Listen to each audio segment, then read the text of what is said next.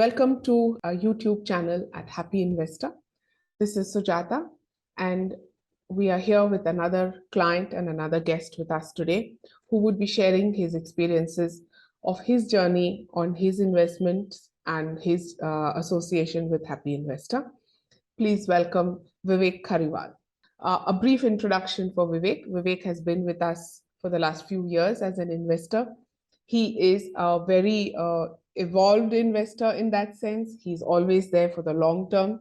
He understands the importance of staying invested for the long term to be able to generate a fair amount of inflation beating returns.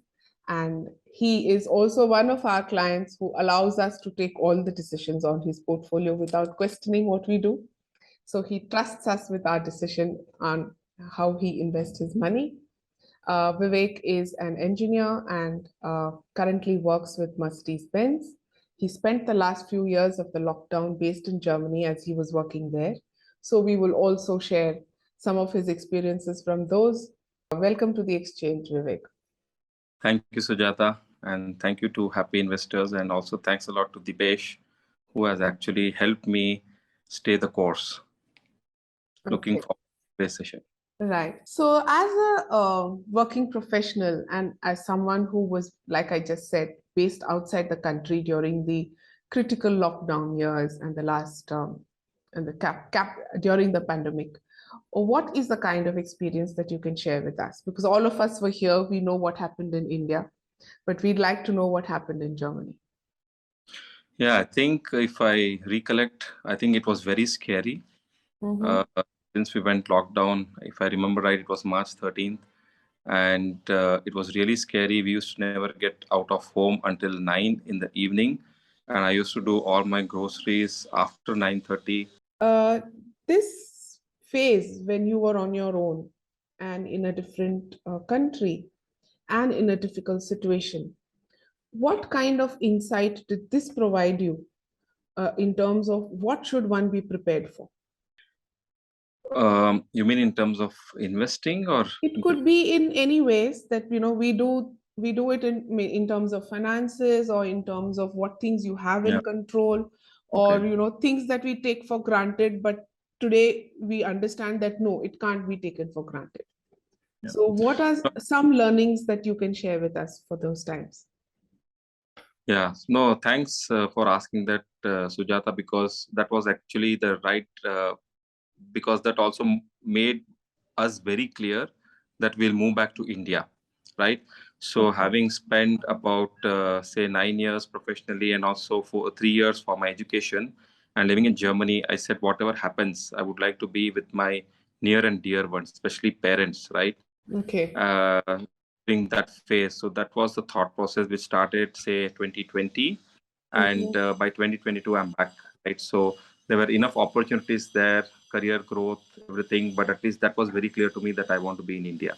Okay. Second thing is, what really helped during those difficult times is working for a company like Mercedes-Benz, which has been in existence for 140 years. Right. So I didn't worry about the paychecks. I didn't have to worry about the salary. So that was all taken care by the company, right? Okay. And the third thing was also, say, disciplined way of investing, which already had started a couple of years ago. So what was important was, because we had a very stable kind of a background with the current cash flow coming in from company, future savings and happening with Happy Investors, we had enough time then to self-introspect and make those decisions, what we want to do next 10 years. And that is why then we took the decision to come back to India. And of course, having lived in Germany, a developed world, things are, say, a lot stabler and so on. And you can get your time to do, you can do things that you can take care of yourself, right? I mean, in India, you keep on running around social life, taking care of things which are not most of the time directly associated with you. Right. But living in a like Germany, I think 80% of the time you can focus on yourself, which is very important, which is what I learned actually being there. Right. Okay. So we also know, Vivek, that you are one of the believers of, understanding the concept of a financial discipline, investing for the long term, and that you're also interested in spreading this financial understanding and literacy that you have among your circles. So, can you share something on how you have reached this position and how you are taking this forward within your circle? I think it's a question you ask, and it helps me go back, I don't know, 17, 18, 19 years ago, when I knew investing is very important, and I started to invest on my own, right? So I think the first 10, 11, 12 years, I never made any gains out of those investments. Okay. So I remember after I was back from US, I started working with Mercedes-Benz. I bought a policy because I knew security is very important, say from a family perspective. So I took a life insurance policy, but made the typical mistake, not looking at a term life, but went for an endowment policy, right? So the life cover was hardly anything. So the Right. same mistake I did there first. Right. The second thing is I was investing on stocks on my own, and I can tell you that probably 98 of the 100 people who invest in stocks will not make money, right? This has been my actually learning. However smart you are, market is much smarter. It's not a full-time job, so you never do that. So Right. that was also something which I had to learn the hard way, right? Right. So somehow it was always there that I we need we need money to grow, right? That was very clear in my mind, that Right. money makes money, need money to grow money, but how to do that was, say, unclear, right? And that is when, after my first stint in Germany, when I was back, I was introduced to Mr. Dipesh by my very close friend, Mr. Hemant.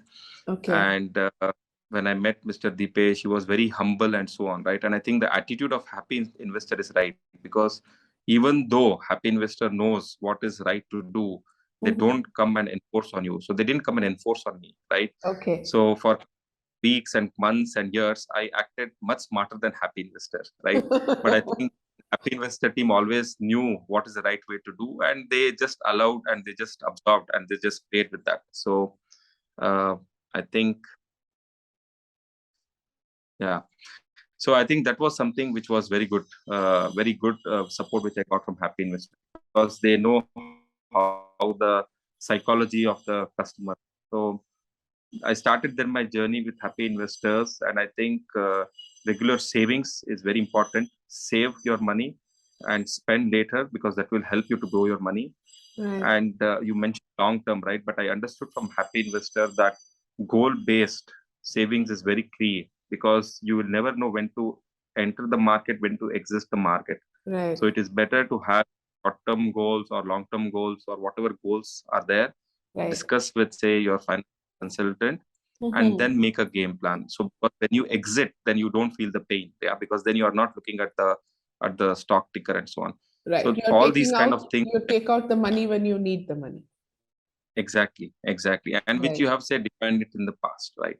Right. So the journey started with an equity fund, but with time you realize that that is only a drop in the ocean, and you really need to have the right asset allocation, and you need to invest systematically, and you need to invest regularly. So that is what I learned, say, from happy investor, right? Right. And the best time to invest is when you have money, right? Not when you don't have money.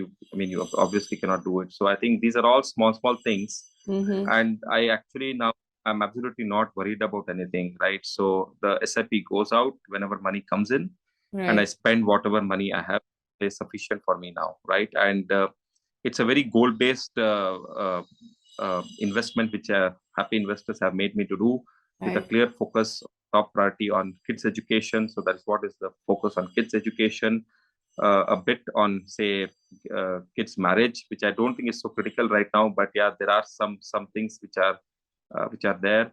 True. Retirement is there, of course, right? And something which I didn't plan is the vacation part of it, but I also recommend a lot of people to do that. Right. I was just blessed to be in Germany, so it was easy for me to move around, right? But I think vacations are something which you deserve, but those could be expensive, so it is better that you plan also for those. True. What I really want, and I'm also trying to do, is motivate, say, a lot of females actually to start investing and become independent, right? So I don't want them to be dependent on the male. So I think females should do. So I also encourage my wife that she takes care of investments and her own, say, funds and portfolios on her own, which I want her to do. Right. So she which I regret. she is aware of what you're doing and where the family's finances are. So Absolutely. that's a key element for you. Exactly. The other thing is, which I regret, is I didn't start early, right? Okay. I mean, all of us know the power of compounding. And as I told you that I started early investment, but I didn't know how to invest, right? So I lost about 10, 12 years there. And I think investment would have been good, because I think the best time to invest is when market falls, when market crashes, right? That is where the years, the most, say, returns come in.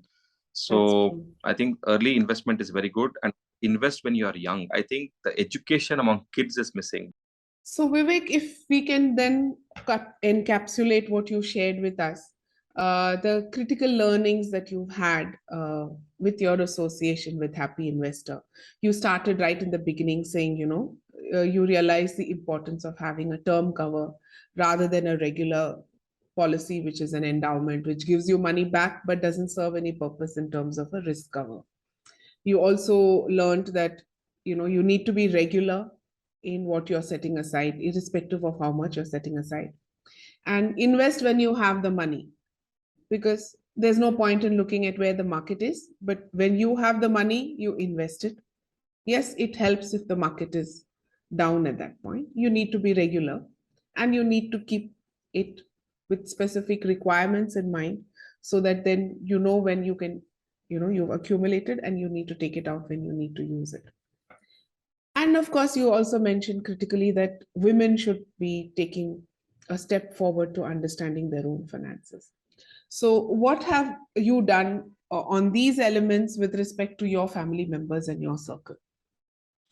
Yeah, so as I told you, so I always ask my wife to look into the annual statement or the quarterly, yearly, half yearly statements that you send, that she's fully aware of, say, where the investments are going. I want her to ask questions, because sometimes there are things which I would have not thought of, right? And I think women are definitely much smarter. They have a lot more common sense than the male part. And also, they think things sometimes which we don't think, even sometimes very simple things. So that really, say, helps me, right? And it helps me to have a proper standing on the ground. So that really helped. What I want definitely is, which is, say, missing in the Indian system, is the financial education of the kids. So, for example, my daughter has started her schooling now. I'm in 11th. I think eventually she will also. So I know investment is not a part of the studies, and that's where I asked them to read some good books, right? So, say, for example, my son, he is now in 8th grade, and I just ordered over Amazon a book by one of the famous American investor, mutual fund manager, Peter Lynch. So I just ordered a book and asked him to read. So even if he doesn't understand, it's fine. And in the evening, sometimes at the dinner table, we discuss some concepts. So he says, "Okay, Dad, I understood this now. I understood that now," and so on. So I think they need to understand the whole savings we do. As I told you, the Indian culturally, we do the savings, but our typically savings either goes into gold or land. And I can tell you that how I have been suffering with the investment in land, which is not liquid and which has even not doubled over last 10, 12 years, right? So it has been a very painful journey there. So I think that these are good, that the kids get some education there. So I think education of kids financially is very, very critical. So these are, say, some of the other things which I actually picked up. Yeah.